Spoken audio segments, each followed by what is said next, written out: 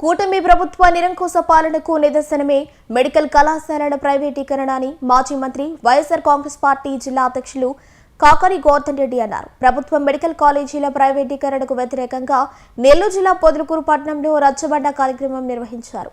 తొలుత ప్రజల నుంచి సంతకాలు సేకరించారు. అనంతరం కాకాని గోవర్ధన్ రెడ్డి మాట్లాడుతూ నాడు వైఎస్ జగన్మోహన్ రెడ్డి పేదలకు వైద్య విద్య అందించేందుకు 17 ప్రభుత్వ మెడికల్ కాలేజీలకు తీసుకువచ్చారని, అందులో 5 ఇప్పటికే ప్రారంభమయ్యాయన్నారు. అయితే కూటమి ప్రభుత్వం అధికారంలోకి వచ్చిన తర్వాత ప్రజల సంక్షేమం కన్నా కార్పొరేట్ ప్రయోజనాలే ధ్యేయంగా పనిచేస్తోందన్నారు. జగన్మోహన్ రెడ్డి గారు ముఖ్యమంత్రిగా వైఎస్ఆర్ కాంగ్రెస్ పార్టీ ప్రభుత్వంలో ఈ రాష్ట్రానికి 17 కొత్త మెడికల్ కళాశాలలను మంజూరు చేయించడం జరిగింది.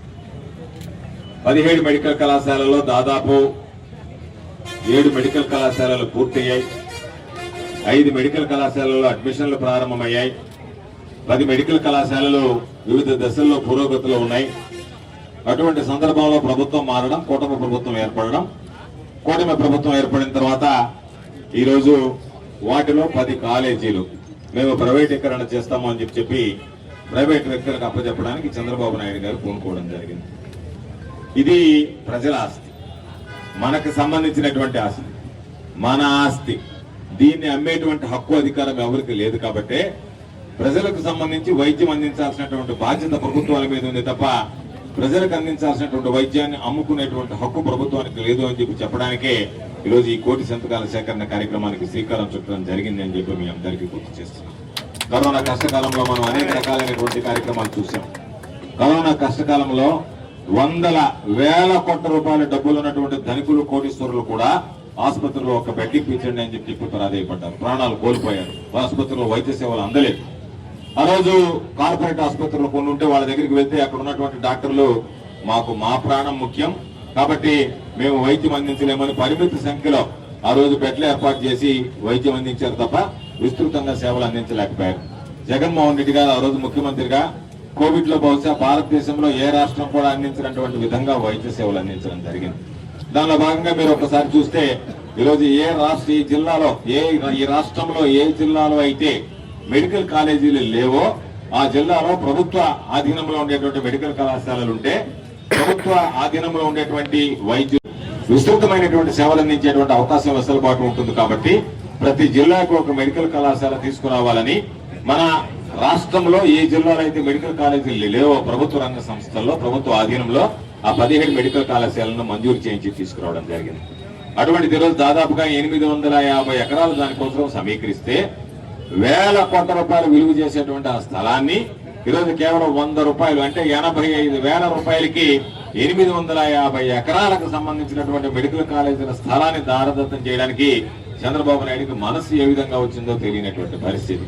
కాబట్టి అటువంటి పరిస్థితుల్లో ఈ రోజు చంద్రబాబు నాయుడు ఇష్ట ప్రకారం దాన్ని అమ్మేసుకుని డబ్బు చేసుకుంటా ప్రజలకు సంబంధించినటువంటి ఆస్తులు నేను అమ్ముకుంటా నా కుటుంబం అనుభవించాలి తప్ప ప్రజలు అనుభవించాల్సినటువంటి పరిస్థితి లేదు, ప్రైవేటు వ్యక్తులు కట్టబెడతా, ప్రైవేటు వ్యక్తులు నాకు ఇచ్చినటువంటి ముడుపులు నేను స్వీకరిస్తా, దాని ద్వారా నా కుటుంబం బాగుపడితే చాలు తప్ప ప్రజా ఆరోగ్యం ఏమైపోయినా ఇబ్బంది లేదన్నట్టుగా వ్యవహరిస్తున్నాడు. కాబట్టి నా దగ్గర డబ్బులు లేదని చెప్పి పంపుతున్నాడు. కాబట్టి ఈ రోజు మనం దానికి సంబంధించి గవర్నర్ గారి దగ్గరికి వెళ్లి అయ్యా రాజ్యాంగ అధిపతి అయినటువంటి నువ్వే ఈరోజు చొరవ తీసుకుని దీన్ని నిరోధించాలి, నిలువరించాలని చెప్పి కోరడానికి రాష్ట్ర వ్యాప్తంగా ప్రతి నియోజకవర్గం నుంచి 50,000 నుంచి 60,000 మంది దగ్గర సంతకాలు సేకరించి ఈ కోటి సంతకాల సేకరణ కార్యక్రమానికి శ్రీకారం చుట్టి ఈ కార్యక్రమం పూర్తయిన వెంటనే గవర్నర్ గారిని జగన్మోహన్ రెడ్డి గారి నాయకత్వంలో అందరం కలిసి వెళ్లి సమర్పించడం జరుగుతుంది అని చెప్పి మీ అందరికీ సందర్భంగా తెలియదు.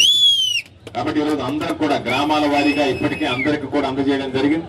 అందరూ కూడా వెళ్లి ప్రతి గ్రామంలో చదువుకున్నటువంటి వాళ్ళు, విద్యార్థులు, తల్లిదండ్రులు, ఎందుకంటే 2 రకాలైనటువంటి సమస్య. పేదవాడు ఈ రోజు నేను డాక్టర్ కావాలనేటువంటి కలలు కనేటువంటి పరిస్థితిలో ఆ పేదలు పాపం ప్రైవేటీకరణ అయితే దానికి సంబంధించి కోట్లాది రూపాయల డొనేషన్ కట్టాల్సినటువంటి పరిస్థితి ఏర్పడుతుంది, కట్టలేనటువంటి పరిస్థితి ఉంది. కాబట్టి పేదలు వైద్య విద్యకు దూరం కావాల్సినటువంటి అవసరం ఏర్పడుతుంది. అటువంటి ఒక పక్క పేదలకు వైద్య విద్యను అందించాలి, అదేవిధంగా ఈ సమాజంలో ఉండేటువంటి వాళ్ళకి వైద్యాన్ని మెరుగైనటువంటి వైద్య సేవలు అందించాలి. ఎందుకంటే ప్రతి వైద్య కళాశాలకి అనుబంధంగా ఒక సూపర్ స్పెషాలిటీ ఆసుపత్రి ఏర్పడుతుంది. ఈ రోజు నెల్లూరులో మనకి ఏదైతే ఏసీ సుబ్బారెడ్డి మెడికల్ కాలేజీకి గవర్నమెంట్ జనరల్ హాస్పిటల్ ఉందో అదేవిధంగా ప్రతి జిల్లాలో కూడా ఒక కొత్త ఆసుపత్రి వచ్చేటువంటి అవకాశం ఉంటుంది. 17 మెడికల్ కళాశాలలకు 17 ఆసుపత్రులు వస్తే మెడికల్ కళాశాల ద్వారా పేద విద్యార్థులకు వైద్య విద్య ఉన్నటువంటి దానికి అనుబంధంగా ఉన్నటువంటి సూపర్ స్పెషాలిటీ ఆసుపత్రుల ద్వారా నిష్ణాతులైనటువంటి వైద్యుల చేత వైద్య సేవలు అందించేటువంటి అవకాశం వెసులుబాటు కలుగుతుంది. కాబట్టి వీటన్నిటిని దృష్టిలో పెట్టుకునే ఈరోజు కోటి సంతకాల కార్యక్రమానికి శ్రీకారం చుట్టి ఈరోజు అందులో భాగంగా ఈరోజు అన్ని గ్రామాలు తిరుగుతూ ఈరోజు పొదలకూరు మండల కేంద్రంలో కూడా ఈ కార్యక్రమాన్ని ఏర్పాటు చేయడం జరిగింది అని చెప్పి మీ అందరికీ సందర్భంగా తెలియజేస్తున్నాను. అదేవిధంగా ఈరోజు ఒక్కసారి చూస్తే కూటమి ప్రభుత్వం అధికారంలోకి వచ్చింది. కూటమి ప్రభుత్వం చేసినటువంటి ఘనకార్యం ఏమిటి అంటే మీ అందరికీ గుర్తుందో లేదో సూపర్ 6 అని చెప్పి చంద్రబాబు నాయుడు ఎన్నికలకు ముందు అందరికీ కాగితాలు పంచాడు. మన దగ్గర కూడా మన సోమరెడ్డి వచ్చి కాగితాలు పంచిపోయాడు. పేరు గుర్తుంది కదా, బాబు షూరిటీ భవిష్యత్తు గ్యారంటీ, పేరు బాగా గుర్తుంది. ఇచ్చారు కాగితాలు. ఆ కాగితాల పాపం మన వాళ్ళకి ఇచ్చారో లేదో తెలియదు కానీ మన వాళ్ళని ఒకసారి విచారణ చేసి ఆ కాగితాలు ఎక్కడ ఉంటే బయటకు తీయండి. ఆ కాగితాల మీద ఇంటికి రావడం, ఆ కాగితం మీద రాసేశారు. ఏమని రాశారు? మీరు మీ ఇంట్లో ఎంతమంది ఆడపిల్లలు ఉంటారు? అయ్యా నాకు 4 ఆడపిల్లలు, 60,000 రూపాయలు డబ్బులు వచ్చేస్తాయి. ఒక్కనే రాసేశారు. ఆ తర్వాత మీ ఇంట్లో ఎంతమంది మీకు వ్యవసాయం ఉందా? ఉంది, 20,000 రూపాయలు వచ్చేస్తుంది. ఆడపిల్లలు ఎంతమంది ఉన్నారు? 18 సంవత్సరాలు ఇద్దరు ఉంటారు, ఒక్కొక్కరికి 1500, సంవత్సరానికి 18,000, 36,000. పాప మా రామానాయుడు అయితే ఎంత పాపులర్ అయినాడు, నీకు 18,000, నీకు 18,000, నీకు 18,000 అని చెప్పి. మరి చదువుకునేటువంటి పిల్లకాయలు ఉండదు అంటే 3,000 రూపాయలు, సంవత్సరానికి 36,000 రూపాయలు. పాపం దాన్ని కూడారు. ఒక సంవత్సరానికి ఎంత వస్తుందో లెక్క చెప్పారు, 5 సంవత్సరాలకి ఎంత వస్తుందో కూడా లెక్క చెప్పారు. లెక్క చెప్పి కాగితాలు ఇచ్చేసారు, వెళ్ళిపోయారు. దాని పక్కన ఏం రాశాడో తెలుసా? చంద్రబాబు పవన్ కళ్యాణ్ మేమిద్దరం ప్రతిజ్ఞ చేస్తున్నాము, మీ ఇద్దరికి ఇస్తానని 2 సంతకాలు పెట్టారు. ఒక పక్క చంద్రబాబు సంతకం పెట్టాడు, ఒక పక్క పవన్ కళ్యాణ్ సంతకం పెట్టాడు. వీళ్ళిద్దరికి నేను మాత్రం మోడీ సంతకం పెట్టాలి. నేను పెట్టను పోండి, మీరు దొంగలు, మీరు సరిగ్గా ఇచ్చేది లేదు, పెట్టేది లేదు, మీతో పాటు నన్ను కూడా తిడతారని చెప్పి అతను మాత్రం సంతకం పెట్టాలి. వీళ్ళిద్దరు సంతకాలు పెట్టించారు. సంతకాలు పెట్టించిన తర్వాత దాని కింద మీరు చూస్తే జూన్ 2024 నుంచే ప్రారంభిస్తాము అని చెప్పాడు. ఎప్పుడైతే చెప్పాడు, స్పష్టంగా చెప్పాడు, జూన్ 2024 నుంచి ప్రారంభం అవుతుంది అని చెప్పాడు. జూన్ 2024 అంటే ఇప్పుడు మొదట అధికారంలోకి వచ్చిన సంవత్సరం నుంచి. తొలి సంవత్సరంలో మొత్తం ఎక్కడా కూడా ఎవరిని కూడా లెక్క చేయకుండా ఇష్ట ప్రకారంగా వ్యవహరించేటువంటి పరిస్థితుల్లో ఈరోజు మనం అందరం కూడా అర్థం చేసుకోవాల్సింది, ఈ ప్రభుత్వం ప్రజలకు సంబంధించి అన్ని రంగాలలో వైఫల్యం చెందింది. కాబట్టి మనం అందరం కూడా ఆలోచన చేయాల్సింది, ఈ ప్రభుత్వాన్ని ఏ రోజు 2027లో ఎన్నికలు వస్తాయా, 2029లో ఎన్నికలు వస్తాయో తెలియదు కానీ ఈ రాష్ట్రంలో ఏ రోజు ఎన్నికలు వచ్చినా సరే తెలుగుదేశం పార్టీ కూటమి గల్లంతు కావడం ఖాయం అనేటువంటి విషయాన్ని సందర్భంగా మీ అందరికీ మనం అడ్రస్ కూడా దొరికేటువంటి పరిస్థితులు ఉన్నాయి. ఈ రోజు ఏ రోజు ఎన్నికలు వస్తాయని చెప్పి జనాలందరూ ఎదురు చూస్తున్నారు. జగన్మోహన్ రెడ్డి గారికి ముఖ్యమంత్రి చేయాలి, జగన్మోహన్ రెడ్డి గారు ఇచ్చినటువంటి కార్యక్రమాలు, జగన్మోహన్ రెడ్డి గారు చేసినటువంటి పనులు ఈ రోజు ప్రజలకు గుర్తుండిపోయాయి. కాబట్టి ప్రజలు ఈ రోజు జగన్మోహన్ రెడ్డి గారిని వెతుక్కుంటూ తిరిగేటువంటి పరిస్థితి ఏర్పడింది. ఒక్క సంవత్సర కాలంలోనే ఇంత వ్యతిరేకత మూట కట్టుకున్నటువంటి ప్రభుత్వం ఏదన్నా ఉంది అంటే బహుశా ఆంధ్ర రాష్ట్ర చరిత్రలో ఈ రోజు ఉన్నటువంటి కూటమి ప్రభుత్వం అని చెప్పి మీ అందరికీ తెలియజేస్తున్నాం. ఏమీ ఉండదు. ఏదన్నా ఉంటే అక్రమ అరెస్టులు తప్ప. ఈరోజు జోగి రమేష్ తీసుకెళ్లి సంబంధం లేనటువంటి కేసులో నీకు సంబంధించి నువ్వు బీఫారం ఇచ్చినటువంటి జయచంద్రారెడ్డి అనేటువంటి వ్యక్తి మొత్తం అయితే నకిలీ మద్యం కేసులో జోగి రమేష్ కు సంబంధాలు ఉన్నాయని చెప్పి ఈరోజు జోగి రమేష్ అరెస్ట్ చేశారు. అంటే ఏంటి? అభివృద్ధి లేదు, సంక్షేమం లేదు. అరెస్టులకైతే పైసా ఖర్చు లేదు కాబట్టి నేను అభివృద్ధి అందివ్వను, సంక్షేమం అందివ్వను, మీరు కోరుకున్నటువంటి వ్యక్తిని అరెస్ట్ చేసి లోపలేస్తాననేటువంటి విధానంగా ప్రవర్తిస్తున్నారు తప్ప మరొక పరిస్థితి లేదు. ఈ ప్రభుత్వంలో అసలు ప్రజాస్వామ్యం అని గాని, లేదా ఒక ప్రభుత్వం అనేటువంటిది ఉందని గాని, ఒక పాలనా వ్యవస్థ ఉందని గాని ఎక్కడా కూడా కనిపించేటువంటి పరిస్థితి లేదు. తెలుగుదేశం పార్టీకి సంబంధించినటువంటి వాళ్ళు కొంతమంది అధికారులు మాకు అండం ఉంటారని చెప్పి రకరకాలైనటువంటి రెచ్చిపోతున్నారు. నేను మీ అందరికి ఒకటే చెప్తున్నా, మీరు అందరూ లెక్కలు రాసుకోండి, ఆ లెక్కలను సరిచేసేటువంటి బాధ్యత నాది అని చెప్పి మీ అందరికీ ఎవరైతే మిమ్మల్ని కనిపెట్టినటువంటి వాడికి రేపటి రోజు అబ్బా ఇట్టుంటుంది నేను అనుకోలేదే, అనుకోనంటే జోరుకొని పోయిండేవాడిని కాదే అనేటువంటి విధంగా ఉంటుంది తప్ప చాలా మంది అనుకుంటున్నారు. నేను అడుగుతున్నా, ఎవరో పాపం ఒక ఆయన చెప్పాడు, ఇంకా వైఎస్ఆర్ కాంగ్రెస్ పార్టీలకు గోవర్ధన్ రెడ్డి లేరు. నేను ఛాలెంజ్ విసురుతున్నా, ధైర్యం ఉంటే తెలుగుదేశం పార్టీ వాళ్ళకి సోమిరెడ్డిని టిక్కెట్ తీసుకోమని ముందు చాలు, కావాలంటే మమ్మల్ని గెలవడం తర్వాత తెలుగుదేశం పార్టీలో టిక్కెట్ తీసుకొని రమ్మని చెప్పని ఛాలెంజ్ విసురుతున్నా. కాబట్టి చేత కానిటువంటి వాళ్ళు, చేత లేనటువంటి వాళ్ళు. ఈరోజు పొదలకూరు సర్పంచ్ ఉంటే సర్పంచ్ పాపం ఎస్టీ సర్పంచ్ ఎంత నీతివంతంగా పనిచేసిందో ఒక రూపాయి ఆశించకుండా అందరికి తెలిస్తే ఆమె చెప్పు కట్టడానికి పూనుకున్నారు. అంటే మీ ఉద్దేశం ఏంది? ప్రజలు గెలిపిస్తారు కానీ ప్రభుత్వం మీరు ప్రజలు గెలిపించినటువంటి ఆకాంక్షలకి ఆశలకి భిన్నంగా మేము వ్యవహరిస్తామని చెప్పి ఈ రోజు వాళ్ళు ఆ విధంగా ప్రవర్తించేటువంటి పరిస్థితి ఏర్పడింది. కాబట్టి అందరం గమనించాల్సింది ఏంటంటే, నేను చంద్రమోహన్ కి ఒక ఛాలెంజ్ విసిరా.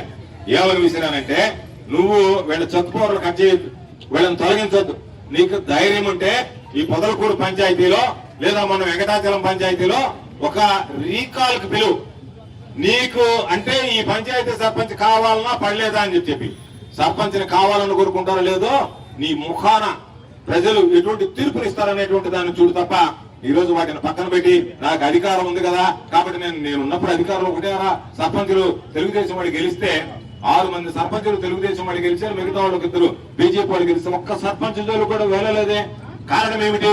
ఏ పార్టీ అయినా సరే ప్రజలు గెలిపించినటువంటి వ్యక్తులు ప్రజల ఆశలకి అనుగుణంగా పనిచేయాలి తప్ప ప్రజల ఆశలకు భిన్నంగా ఈరోజు ప్రభుత్వం వచ్చింది కదా అని చెప్పి విచ్చలవిడిగా ప్రవర్తించడం సరైనటువంటి పద్ధతి విధానం కాదు. కాబట్టి పొదలకూరులో 30 పంచాయతీలు ఉంటే పొదలకూరు మండలంలో 29 పంచాయతీలు వైఎస్ఆర్ కాంగ్రెస్ పార్టీ గెలిస్తే, ఒక్క పంచాయతీ టీడీపీ గెలిస్తే ఆ ఒక్క పంచాయతీ సర్పంచ్ జోలికి నేను మంత్రిగా ఉన్నా, శాసనసభ్యుడిగా ఉన్నా, అధికార పార్టీలో ఉన్నా, ప్రభుత్వం ఉన్నా ఒక్క రోజు కూడా వాళ్ళ జోలికి పోయినటువంటి దాఖలాలు లేవు అనేటువంటి విషయాన్ని సందర్భంగా మీ అందరికీ ఒకసారి చెప్తున్నాను.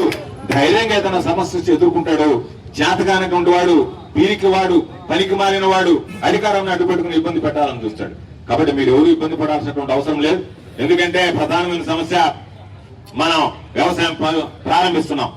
ఎన్నడూ లేదు రేషన్ కార్డులు ఇచ్చేటువంటి వాళ్ళు ఇంతకుముందు పాపం ఏదన్నా బియ్యం, చక్కెర, కందిపప్పు ఇది తెచ్చుకునే దానికి చంద్రబాబు ప్రభుత్వం సిగ్గుమాలైనటువంటి ప్రభుత్వం యూరియా కార్డులు ఇస్తుంది. ఆ యూరియా కార్డులకి సిగ్గుమాలినటువంటి మన పీసోడు వచ్చి అయ్యా మీ అందరికీ సంబంధించినటువంటి దాంట్లో ఇదిగో నేను ఇచ్చానని చెప్పేసిపోతున్నాడు. మొన్న ఏదో నేను ఒక మాట చెప్పా, కోడి కాళ్ళ మీద నిలబడలేకుండా ఎవరన్నా నువ్వు 2 నిమిషాలంటే దానికి ఎంత కోపం వస్తుందో. నువ్వు వాస్తవం కాదా పొదలకూరు బస్ స్టాండ్ లో నువ్వు స్ట్రైట్ గా 5 నిమిషాల సేపు కదలకుండా నిలబడి మళ్ళీ నీ గురించి నేను మాట్లాడను. నా ధైర్యం ఉంటే ఛాలెంజ్ స్వీకరించరా.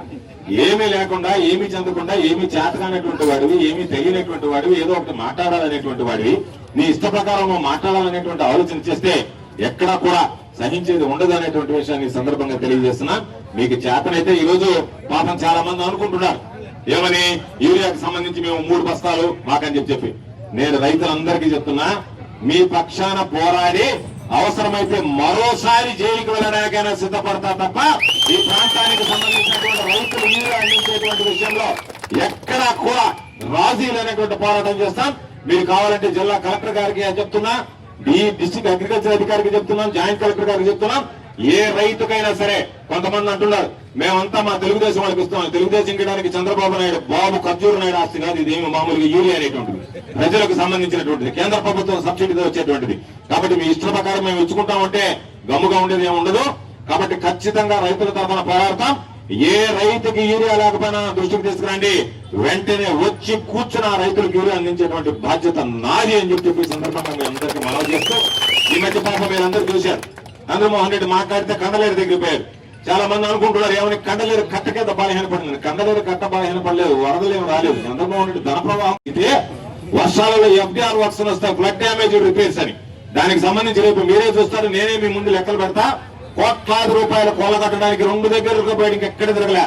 ఒకటి నిద్ర లేస్తే కండలేరుకు పోయాడు, సర్వేపల్లి కట్ట మీదకి పోయి దీనికి ఒక 100 కోట్లనే అయిపోతే ఇబ్బంది ఆడుతున్నాడు మామూలుగా దాన్ని చూసినప్పుడల్లా. కాబట్టి ఇక్కడ పోయి దీని తీయండి దాన్ని తీయండి అంటే వర్షాలు వస్తున్నాయి, మేము అనుమతులు కూడా తీసుకురాకపోయాం, ప్రజల మీద ముంపు పడిపోతుంది. కాబట్టి ఈ రోజు ఎన్ని తీశారు మా వాళ్ళు, ఇన్ని మిషన్లు, ఇన్ని గంటలు పనిచేశారు కాబట్టి దీనికి 20 30 మింగేయాలనేటువంటి ఆలోచన తప్ప రైతులను అడ్డు పెట్టుకుని, ప్రజలను అడ్డు పెట్టుకుని, వరదలను అడ్డు పెట్టుకుని దోచుకునేటువంటి నీచ మనస్తత్వం తప్ప ఈ రోజు నీ ముఖాన్ని ఉమ్మేస్తున్నారు. ఎప్పుడైనా సరే బంకర్లను రోడ్డు మీద ఆపి డబ్బులు వసూలు చేసినటువంటి పరిస్థితి లేదు సర్వేపల్లి నియోజకవర్గం. ఈ రోజు సర్వేపల్లి నియోజకవర్గంలో ధర్మాల విద్యుత్ కేంద్రాల నుంచి బూడిద తీసుకెళ్లేటువంటి వాటికి ఆపి చెక్ పోస్ట్ పెట్టి 300 రూపాయలు వసూలు చేస్తున్నాడు. నీ కొడుకు వసూలు చేస్తున్నాడు, నువ్వు వసూలు చేస్తున్నావు. ఇంతకన్నా దౌర్భాగ్యమైనటువంటి శాసనసభ్యుడిని ఎప్పుడు చూసి ఉండదు. బహుశా పాపం పక్కన ఉండేవాళ్ళు మాట్లాడుతున్నారు సోమిరెడ్డి ఇంకేం సోమిరెడ్డి రాయనేది ఆఖరా నాకని చెప్పి అతనే చెప్పి దొరికిన కాడికి దోచుకుని వెళ్ళిపోతాను నేను మీకు అందుకు కనపడని చెప్పి మనం పిలిపించాలి. ఎవరన్నా ఉంటే మన ప్రభుత్వం వచ్చిన తర్వాత ఎవరన్నా మనం పట్టక రావాలి తప్ప ఇంక ప్రజలకు కనపడేది ఉండదు, దొరికేది ఉండదు. కాబట్టి నేను మీ అందరికీ చెప్పేది, ప్రతి విషయంలో అడదడలు అందిస్తాం. ఈ రోజు సంవత్సర కాలం కూడా పూర్తిగా 1.5 సంవత్సరానికి ప్రజల్లో వైఎస్ఆర్ కాంగ్రెస్ పార్టీ పట్ల ఇంత స్పందన వస్తుందంటే, ఏ గ్రామానికి వెళ్ళినా ఎక్కడికి వెళ్ళినా వందలాదిగా వేలాదిగా ప్రజలు తరలిస్తున్నారంటే దాని అర్థం ఏ రోజు ఎన్నికలు వచ్చినా సరే ఈ రాష్ట్రంలో తిరిగి వైఎస్ఆర్ కాంగ్రెస్ పార్టీ అధికారంలోకి రావడం, జగన్మోహన్ రెడ్డి గారు తిరిగి ముఖ్యమంత్రి కావడం, సర్వేపల్లి నియోజకవర్గంలో వైఎస్ఆర్ కాంగ్రెస్ పార్టీ జెండా రెపరెపలాడడం ఖాయమనేటువంటి విషయాన్ని సందర్భంగా మీ అందరికీ ఒకసారి మనవి చేస్తూ ఈ రోజు పాల్గొన్నటువంటి కార్యక్రమం విజయవంతం చేయండి.